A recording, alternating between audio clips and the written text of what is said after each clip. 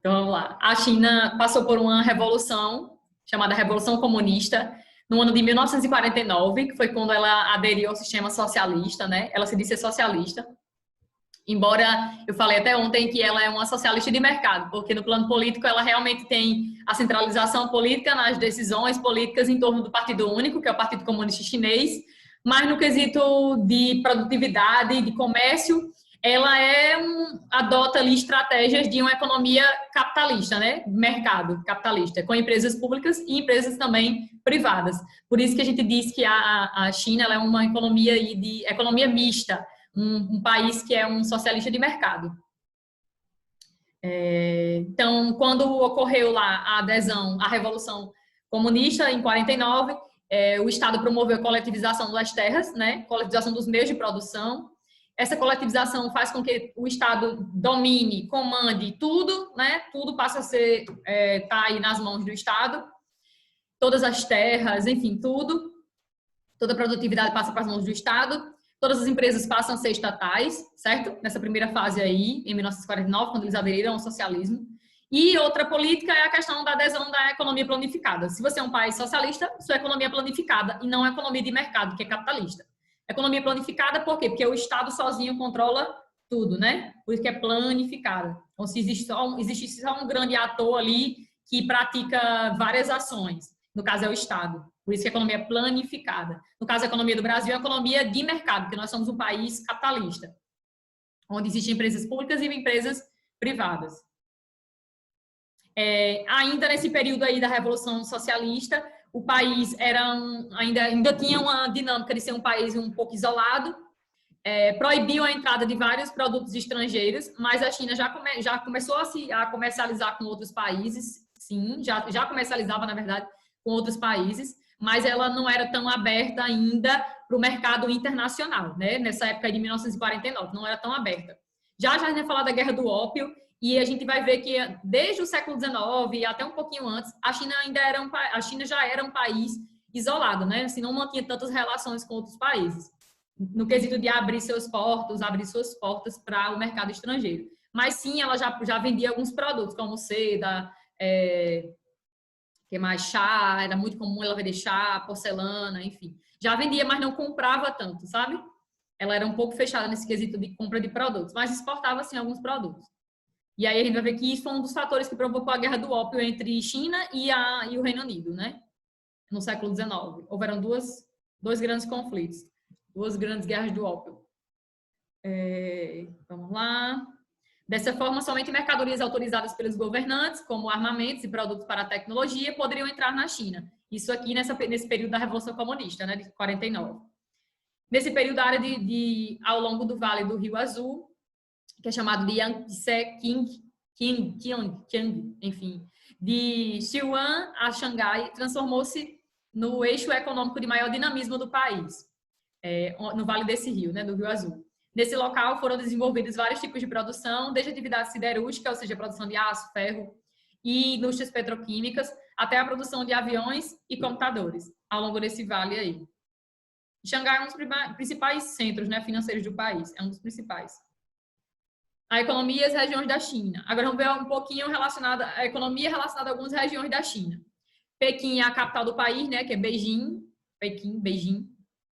É conhecida como uma das portas de acesso ao mundo chinês, ponto de contato entre a civilização chinesa e os povos mongóis, porque ela fica lá naquela partezinha próxima ali à Mongólia. Deixa eu ver se eu vejo aqui no mapa. Eu coloquei ontem e esqueci de colocar hoje, mas vai dar certo. Espera aí. Deixa eu ver se nesse local aqui eu vou encontrar as cidades. A internet está cooperando.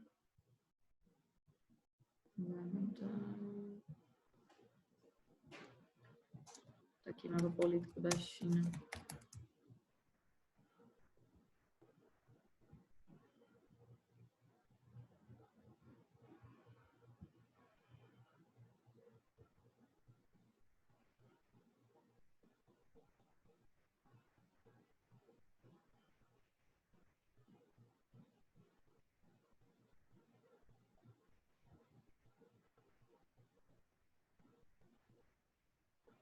Eu só não estou encontrando, mas vamos lá.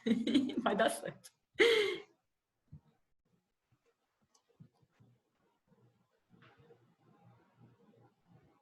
eu ver. Encontrei. Deixa eu mostrar onde é que fica Pequim, a capital. Aqui, dá para vocês verem esse mapa? Dá para enxergar? Olha, Pequim tá aqui, ó, mais ou menos a nordeste, tá vendo? Da China, Pequim, tá um pontinho aqui, ó, Pequim. Esse local aqui. Fica próximo da Mongólia, né? Do contato aqui com os mongóis, ou seja, é uma porta de entrada para o país, né? Para a China. Deixa eu voltar para lá.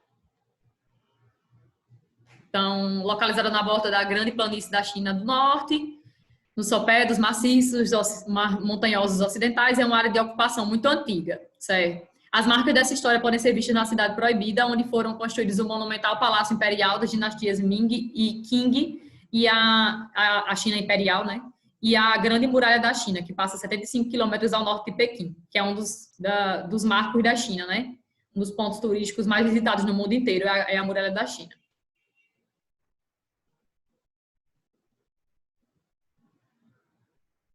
Cidade Proibida. Olha que lindo. A província de Hebei, demarcada ao norte pela Grande Muralha e ao sul pelo Rio Amarelo, é a principal produtora de algodão da China, essa província. A extração de carvão mineral também é importante, como uma fonte energética para o país, que serve para sua industrialização. Na Grande Planície, localizam-se as províncias de Henan, Shandong e Heilongjiang, não sei como é que pronuncia, as maiores produtoras de cereais do país, em 2014. No ano de 2014, a China era o segundo maior produtor mundial de cereais do mundo, incluindo a produção de milho, trigo, arroz, soja, certo? E ainda é uma das maiores produtoras mundiais de cereais do mundo. E essa área de planícies aqui é extremamente crucial, importante para essa produtividade agrícola, certo? Essa região tem sofrido profundas transformações por causa de investimentos na mecanização e no incremento de utilização de fertilizantes químicos, que de certa forma está aumentando a produtividade chinesa, mas está aumentando também o desemprego em algumas áreas e promovendo o fluxo de pessoas de zonas rurais para zonas urbanas. A gente vai ver isso aqui já lá na frente.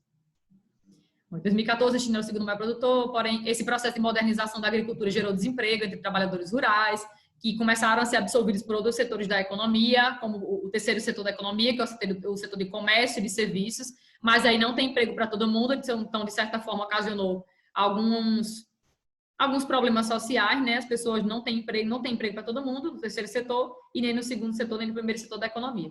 Então, as pessoas passam a se tornarem desempregadas e a passar por problemas.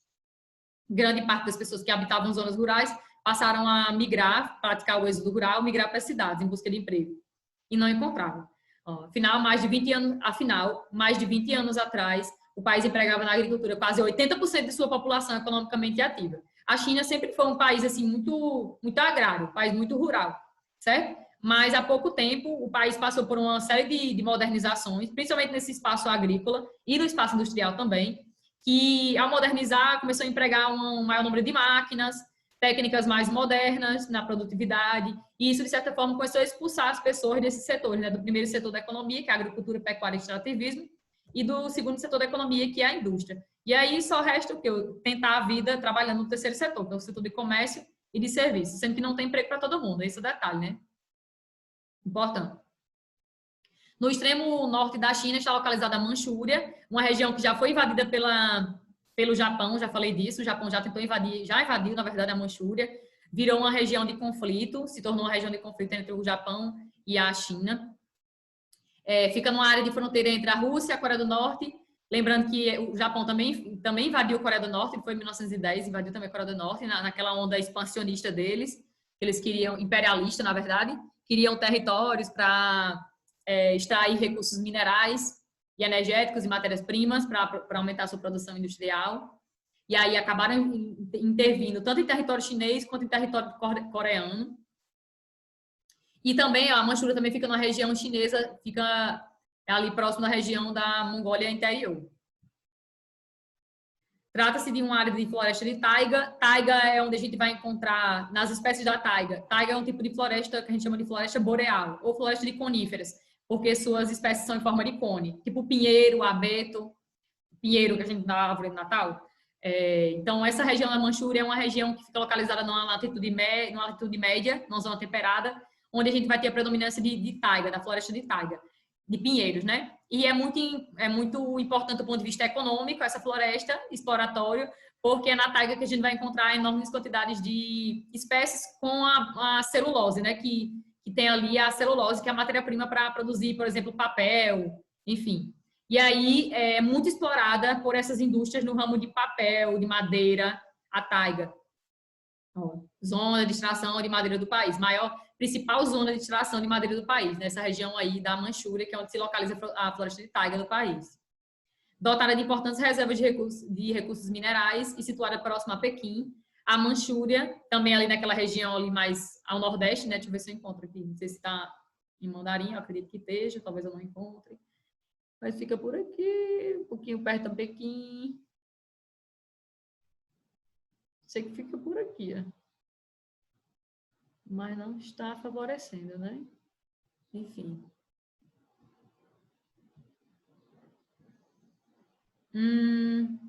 Dotada de importantes reservas de recursos minerais, situada próxima a Pequim, a Manchúria abrigou o primeiro parque industrial chinês, construído nos moldes soviéticos, porque quando a China começou a se industrializar, nessa época, principalmente em 1949, quando eles fizeram a Revolução Comunista, tiveram muito apoio da União Soviética, que já era um país socialista, né? Nesse parque, o complexo siderúrgico de ferro e aço é alimentado pelo carvão mineral presente na área e pelo ferro extraído na região. O petróleo produzido é utilizado na produção de textos sintéticos e transportado por oleodutos até Pequim, que fica próximo à Manchúria. Xangai e Guangzhou, que é Cantão. Cantão já foi o maior porto da China, ainda é um dos grandes portos da China, uma área portuária.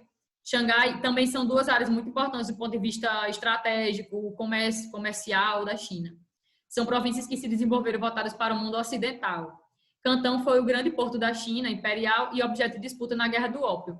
A Guerra do Ópio ela acontece principalmente por causa dessa questão da China ser um país fechado no século XIX, né? A primeira Guerra do Ópio foi de 39 a 42 e o estopim foi em Cantão mesmo, foi nesse porto de Cantão, que na época era o principal porto da China. E o que é que aconteceu nessa Guerra do Ópio? Não sei se vocês já estudaram em história. Eu acho que já, se não estudaram, vão estudar ainda. Foi uma guerra que ocorreu, obviamente, por causa do ópio, por isso que é chamada de Guerra do Ópio. O ópio é uma substância entorpecente, viciante, né? Dá umas sensações bem legais, dizem aí as pessoas que... assim, as informações que tem na internet, né? Que é uma substância viciante e entorpecente. E aí, no século XIX, a China ela era um país fechado nessa questão de comprar produtos de outros países. E como o Reino Unido estava nessa onda expansionista de expandir seus mercados, né, queria começar, e como é um país com muita gente, é um grande mercado consumidor, então o Reino Unido queria exportar produtos para a China, mas a China era muito fechada, né? E a saída que o Reino Unido encontrou foi começar a traficar o ópio indiano, que vinha da Índia, que eles produziam na Índia, e mandava para a China. Aí começou a mandar o ópio para a China, a galera começou a gostar e tal, e aí o Reino Unido começou a aumentar o tráfico de ópio para a China, e os chineses perceberam, né? Na década de 1830, começaram a perceber que o ópio estava deixando as pessoas muito viciadas, não sei o quê, e aí proibiu, né? A China chegou, o regime imperial, a China era um império na época, proibiu o tráfico de ópio para lá. E aí os britânicos não gostaram disso e declararam guerra. Mataram lá um súdito da dinastia lá, do regime imperial chinês, e aí a China declarou guerra também, entraram em um conflito. Foi de 39 a 42 a primeira guerra, houve duas guerras do ópio, mas basicamente o que aconteceu, as duas guerras, quem venceu foi o Reino Unido. E essa primeira guerra é muito importante, porque vai ser na primeira guerra que a China meio que vai ser obrigada a se abrir para o mercado ocidental, vai ser obrigada a comercializar com outros países, vai ter que abrir seus portos, porque ela perdeu a guerra, e sem contar que agora ela vai perder uma importante região, que hoje é uma das áreas mais importantes do mundo, no quesito de comércio, é um tigre asiático, na verdade, que é a região administrativa de Hong Kong. A China perde a administração de Hong Kong na Primeira Guerra do Ópio. Foi uma das consequências dessa Primeira Guerra do Ópio. Ela perdeu o domínio sobre Hong Kong. Hong Kong passou a ser administrada pelos britânicos, pelo Reino Unido. E aí o Reino Unido investiu muito, né, dentro de Hong Kong, ocidentalizou Hong Kong, industrializou Hong Kong, enfim, mudou, deixou Hong Kong uma cidade, uma região muito parecida com de um país desenvolvido, certo? Europeu ou até estadunidense, enfim. Se você olhar imagens de Hong Kong hoje, você vai ver que Hong Kong é uma cidade muito ocidentalizada. Não parece chinesa, parece uma coisa ocidental mesmo. Não parece oriental, não tem cara de oriental, ela tem cara de ocidental. E aí, o que é que aconteceu? No ano de 97, até 97, né? A administração de Hong Kong, desde o finalzinho da Primeira Guerra do Ópio, em 42, passou a ser administrada pelo Reino Unido, pelos britânicos, até o ano de 1997, quando ela foi devolvida para a China, contanto que a China não modificasse a estrutura política que existia lá. A China só pode praticar atividades de defesa de território em Hong Kong, ou, tipo assim, ser representante em algum encontro internacional, pode ser representante de Hong Kong, mas ela não pode intervir nessa questão da estrutura de Hong Kong. Hong Kong tem meio que uma estrutura autônoma, tem uma administração lá própria, tanto que é considerada uma região administrativa, né, de Hong Kong. E ficou acertado com os britânicos que Hong Kong seria um local que a China não poderia intervir nela, não poderia mudar a estrutura de Hong Kong nos próximos 50 anos. Então, até 2047, a China não pode meter o dedo em Hong Kong, não pode mudar, não pode deixar ela lá com sua cara socialista, não pode. Certo? Ficou proibido nesse tratado aqui de devolução de Hong Kong. E aí, o que é que acontece hoje em Hong Kong? Não sei se vocês acompanham essas notícias de internet, essas notícias de televisão, mas está rolando uma treta gigante em Hong Kong hoje em dia, porque a galera de Hong Kong, desde a época dos britânicos, era uma galera que tinha muita liberdade de expressão. Era praticamente uma área democrática dentro de um país socialista. Uma área democrática dentro do país socialista, não, porque socialista deveria ser democrática, peraí. Era tipo uma área bem capitalista dentro de um país socialista. Uma área muito desenvolvida dentro de um país que é socialista e que não é tão desenvolvido, assim, do ponto de vista social. E aí, recentemente, estava havendo muitas manifestações nas ruas de Hong Kong em prol da liberdade política, de liberdades democráticas dentro de Hong Kong e também da adesão ao capitalismo, né, de medidas capitalistas, de mais medidas capitalistas dentro de Hong Kong. Mas aí a China estava reprimindo, embora ela não possa fazer muita coisa, porque ela se prontificou com o Reino Unido, que não ia mudar a estrutura de Hong Kong nos próximos 50 anos. Aí ela tá meio que, assim, não sei o que fazer, sabe? Mas tá rolando uma onda de protestos em Hong Kong e isso vem ocorrendo já há alguns meses.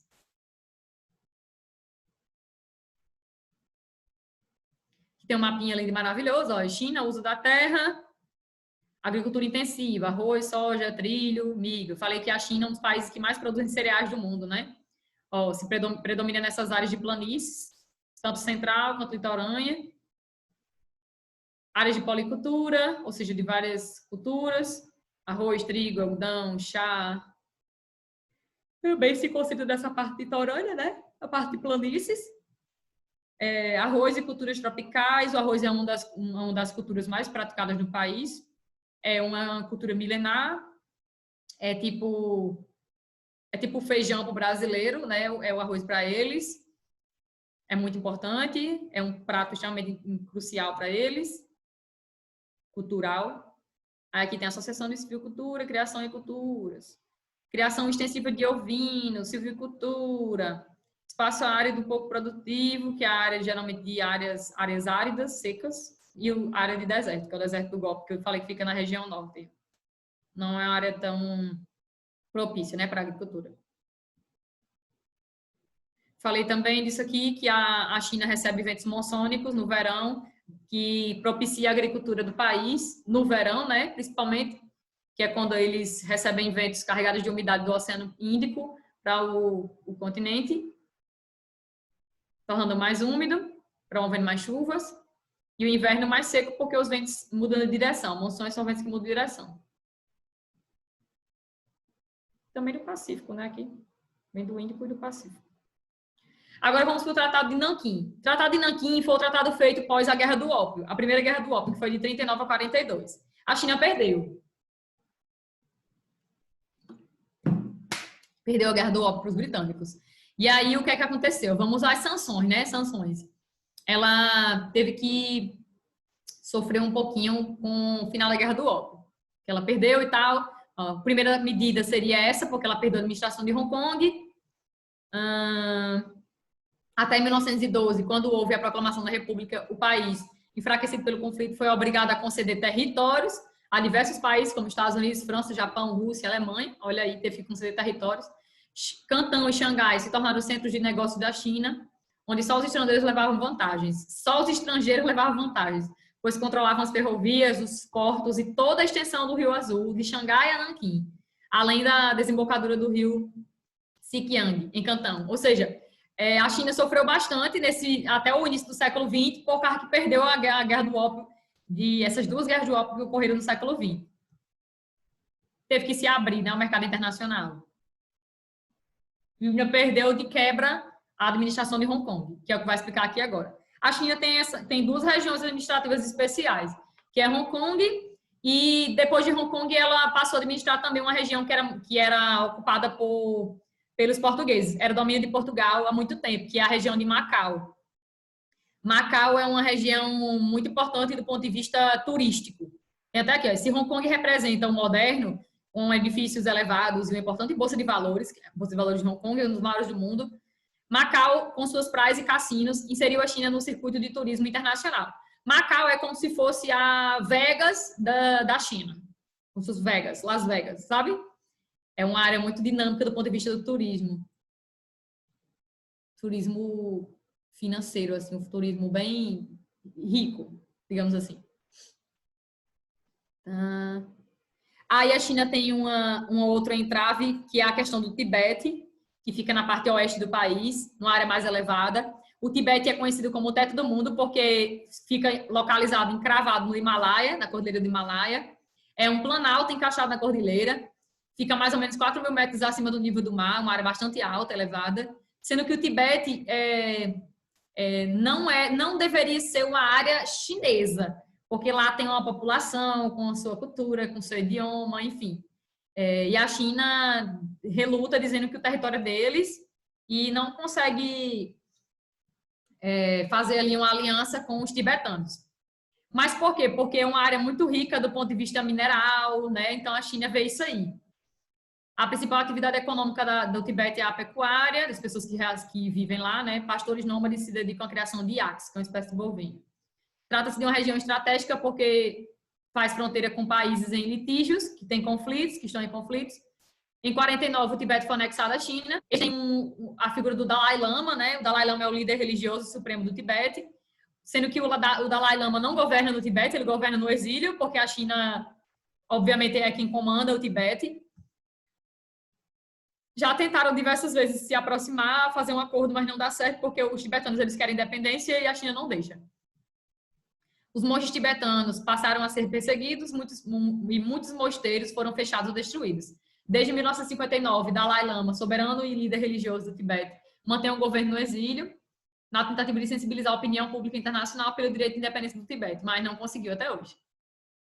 Em 2005, a gente tem uma tentativa de aproximação no ano de 2005. No ano de 2005, o Dalai Lama realmente reconheceu que a China estava dinamizando o Tibete economicamente e tentou se aproximar, né?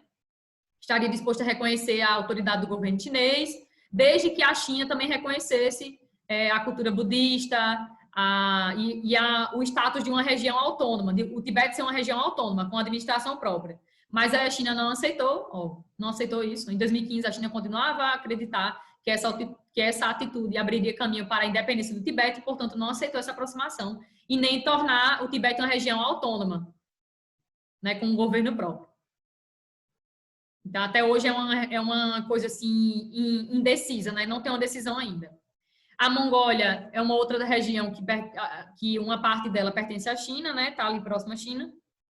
A Mongólia foi dividida e controlada por russos e chineses. No século XIII, o poderoso Gengis Khan, imperador da Mongólia, manteve sob seu domínio um grande império que teve curta duração. Ainda nesse mesmo século, a Mongólia foi dividida em uma série de comunidades tribais. Atualmente, os mongóis vivem na República Popular da Mongólia, né, ao norte ali da China, mas também na Mongólia Interior, que é a parte da Mongólia que pertence à China. A China tem uma porçãozinha que é chamada Mongólia Interior, mas existe o país chamado Mongólia, né? Existe o país chamado Mongólia, fica ao norte da China. Houve a divisão da Mongólia e a parte inferior da Mongólia ficou sob domínio chinês. Transformações econômicas na China. Vamos falar agora de quando a China realmente começou a se tornar essa grande potência mundial. Foi quando subiu ao poder um cara chamado Deng Xiaoping. Eu falei ontem que nas mãos de Mao Tse-tung, que foi o cara que promoveu a Revolução Comunista de 49, a China não cresceu tanto, ainda continuou um país um pouco fechado, né? Começou a desenvolver seu setor industrial, mas ainda não conseguiu atingir ali o status de uma economia em ascensão. Mas quando o Deng Xiaoping chegou ao poder na China, no ano de 1976, com a morte do Mao Tse-tung, o Deng Xiaoping ele vai ser muito importante. Ele vai ficar no poder na China de 76 até 97, até praticamente o final do século 20. E ele vai promover uma abertura econômica, uma ocidentalização, de certa forma, um pouquinho na China, vai abrir a China para o mercado estrangeiro, vai ser ele o responsável por criar as ZIS, que são as Zonas Econômicas Especiais, são áreas no litoral chinês, onde se recebeu, né, e se recebe diversas indústrias transnacionais, empresas transnacionais, principalmente vindas dos Estados Unidos e alguns países da Europa, do Japão também, se instalam nesses locais litorâneos em busca de um mercado consumidor, de uma mão de obra barata, incentivos fiscais que o Estado promoveu e, de certa forma, no litoral, por quê? Porque fica mais fácil de escoar seus produtos. E aí, essas IS, elas foram muito importantes para a constituição da China hoje, né? Desde 1978, começou a ser implantado esse sistema das IS, né? Desde o finalzinho da década de 70, início da década de 80, as IS começaram a ser implantadas na China. Mas qual é a importância disso tudo, né? As IS, elas foram muito importantes no quesito de que houve um acordo entre o governo chinês e essas empresas aí transnacionais que vinham se instalar lá.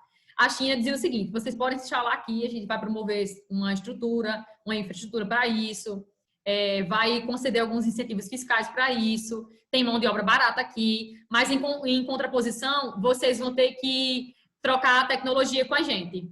Vocês vão ter que nos mostrar a tecnologia que vocês utilizam aí, nessa produtividade de vocês. Vocês vão ter que mostrar o processo produtivo. Então, a China ela passou a conhecer, né, como é que funciona mesmo uma empresa transnacional riquíssima. Como é que ela trabalha, como é que ela atua, como é a administração dessa empresa, qual a tecnologia que ela usa. E a China foi pegando aí a lógica da produtividade e começou a produzir produtos muito parecidos. Produtos bons, baratinhos, e começou a despontar a nível internacional aí como os países que mais exportam produtos industrializados do mundo. E hoje em dia já é o país que mais produz e exporta produtos industrializados no mundo inteiro, né? É a China. Começou com essa introdução das IS, né? Que houve aí uma negociação com essas empresas que elas tinham que haver aí uma troca de tecnologia. Tinha que mostrar qual era a tecnologia aí que elas utilizavam na produtividade. Então, foi o Deng Xiaoping o responsável por promover essa abertura econômica da China, ele mudou a perspectiva da China, né? A China não deixou de ser socialista. Foi aqui, né, na época do Deng Xiaoping, que a China se tornou realmente um país socialista de mercado. Porque ele meio que capitalizou o setor de comércio da China, né? Algumas empresas que eram estatais foram vendidas para o capital privado. Houve também aqui, devolveu propriedade da terra às famílias camponesas, então as pessoas passaram a ter uma renda através de sua terra. A terra passou para as mãos das pessoas, que era na mão do Estado. Outra coisa, cadê? Transformou as oficinas comunitárias da produção agrícola em pequenas fábricas de processamento de produtos agrícolas, movida pelo lucro. Ou seja, aumentou a produtividade, aumentou a renda das pessoas, surgiu ali algumas empresas, fez surgir algumas empresas. Ou seja, o Deng Xiaoping, ele meio que realmente começou a adotar medidas capitalistas num país socialista. Foi ele o responsável, principalmente ele.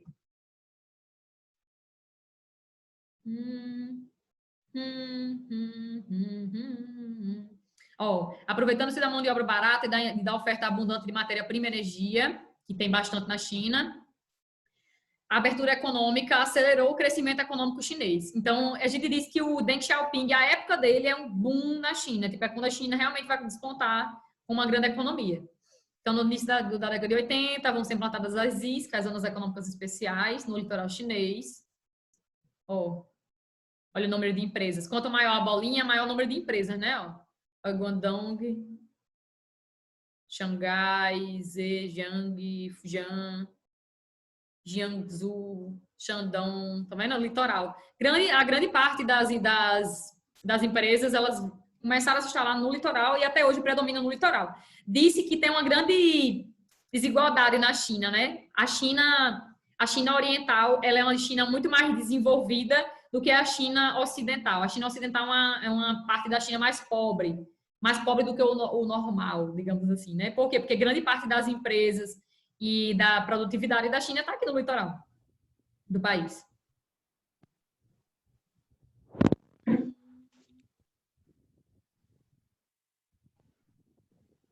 Então, acho que eu já falei isso. Inicialmente, com a implantação das ZIS, né, as Zonas Econômicas Especiais, quando o país começou a receber muitas empresas estrangeiras, o país transformou-se numa importante plataforma exportadora, ou seja, o objetivo do país, quando as ZIS se introduziram lá no território chinês, era exportar. Do início era exportar. Depois o país se tornou um grande... Tanto tinha um nível de exportação elevado, quanto tinha um mercado interno também bastante elevado. Mas no início eles eram uma plataforma exportadora, assim como os tigres asiáticos. Na verdade, a China é conhecida como o dragão asiático, né? Enquanto existem os tigres asiáticos, Hong Kong, Coreia do Sul, Taiwan, Singapura, Filipinas, Tailândia, enquanto esses países aí são os tigres asiáticos, a China é considerada o dragão asiático, tipo, a toda poderosa da Ásia, né? Ela é o dragão. Sim, aí de início o país começou a produzir e exportar mais calçado, vestuário. Pode abrir, pode? Alguns tecidos, algodão. Mas aí depois ela começou a produzir vários outros tipos de produtos, né? Desde computador, produto eletrônico, produto com alta tecnologia, de tudo.